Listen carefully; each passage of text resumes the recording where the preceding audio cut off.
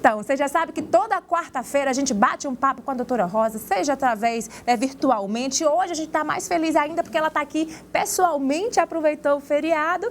E hoje a gente vai conversar um pouquinho sobre como fica a divisão dos bens de um casal que vive em união estável no caso de uma separação. Doutora Rosa sempre trazendo essa linguagem do direito que às vezes as pessoas não têm muito acesso, né, doutora Rosa? Não entendem muito. E a nossa ideia é fazer disso uma conversa mais clara, mais solta, mais direta. É esse o nosso intuito e hoje a gente está com esse tema aí super importante, né? Bem-vinda. Bom dia a todos, Shirley. É uma alegria sempre estar aqui.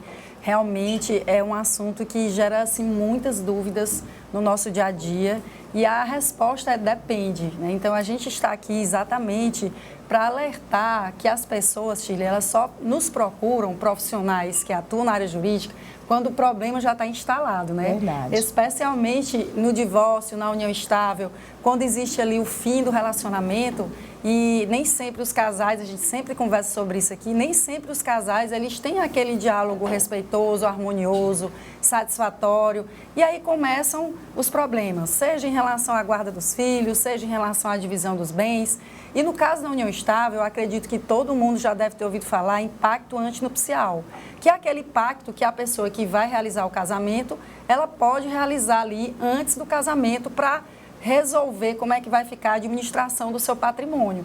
No caso da união estável, existe a possibilidade do casal fazer um contrato de convivência. E nesse contrato de convivência, estabelecer todas as regras no que diz respeito à divisão dos bens. No silêncio das partes, aplica-se a comunhão parcial de bens, igualmente ao casamento, que é o que a gente chama de regime legal.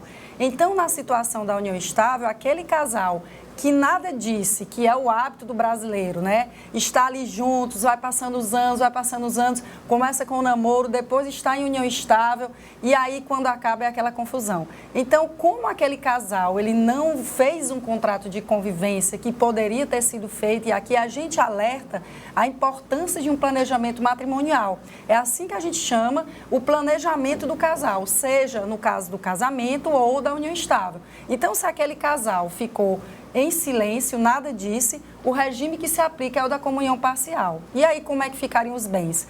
Tudo que é adquirido durante a união deve ser partilhado igualmente, mesmo que em nome só de um, que é uma outra dúvida, né? Às vezes a mulher chega na defensoria, que é geralmente a que mais é prejudicada em relação ao patrimônio, porque ainda se dedica muito ao lar ou renuncia de suas atividades profissionais para cuidar dos filhos.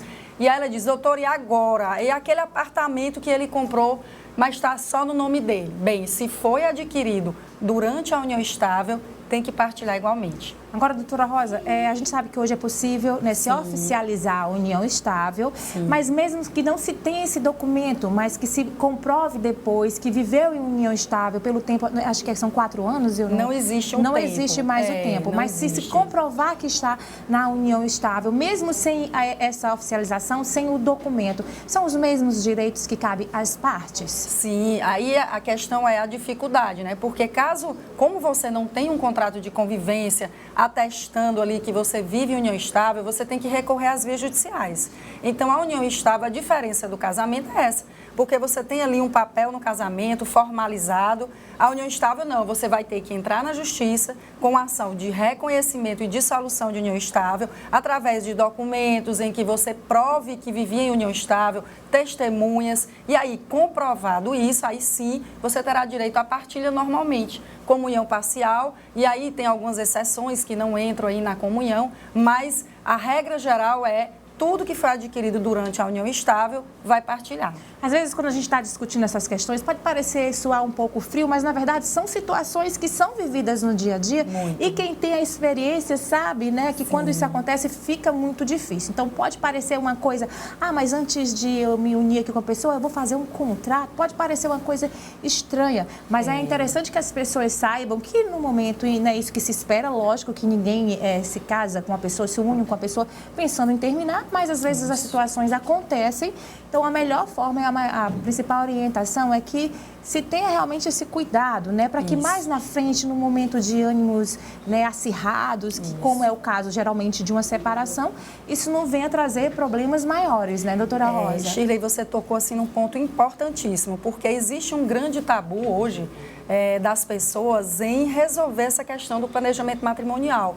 Justamente achando que, pensando no planejamento, vai estar ali com mau agouro, que a relação vai acabar, e não tem nada a ver. Na verdade, é uma questão até preventiva, porque você realizando, por exemplo, um contrato de convivência, você pode escolher o regime, que são aqueles previstos na legislação, você pode fazer um regime misto, você pode dizer, olha, ao invés de 50%, 50%, nós vamos ter direito a tantos por cento, tantos por cento. Então, você pode ali administrar e resolver a administração do seu patrimônio antes, durante e depois. Então, sabe aquele ditado, o que nos é combinado não é caro? Exatamente. Pois é super tranquilo. O que a gente vê mais hoje é problemas aí depois do final do relacionamento. E a doutora Rosa fala com experiência, viu, gente? Então é melhor a gente seguir essa orientação e se preparar, né? Não quer dizer que você está pensando que o seu relacionamento vai acabar. Pelo contrário. Doutora Rosa, se eu pudesse, eu passava o programa inteiro falando aqui com você. Mas, olha, quem tiver mais dúvida, pode acessar lá na sua rede social, que você está sempre respondendo nessas questões,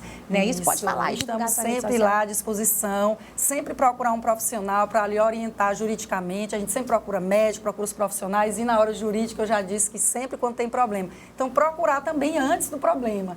É Rosa Viana Formiga no Instagram, a gente está mais acessível lá. Pronto, doutora Rosa, vamos fazer o seguinte, eu vou pedir, se puder, esperar para a gente provar a nossa receita maravilhosa. Eu sei que você gosta de uma comidinha mais leve, é a nossa receita de hoje. Você também é esportista, é atleta, vai gostar da nossa receita, tá bom? Fica aí para provar com a gente. Depois está combinado. A gente vai agora para o intervalo, mas na volta tem mais Dom Breguete. A gente vai provar a delícia da nossa receita de hoje com a doutora Rosa aqui acompanhando a gente. Não desgruda não, que a gente volta em instantes. Até já.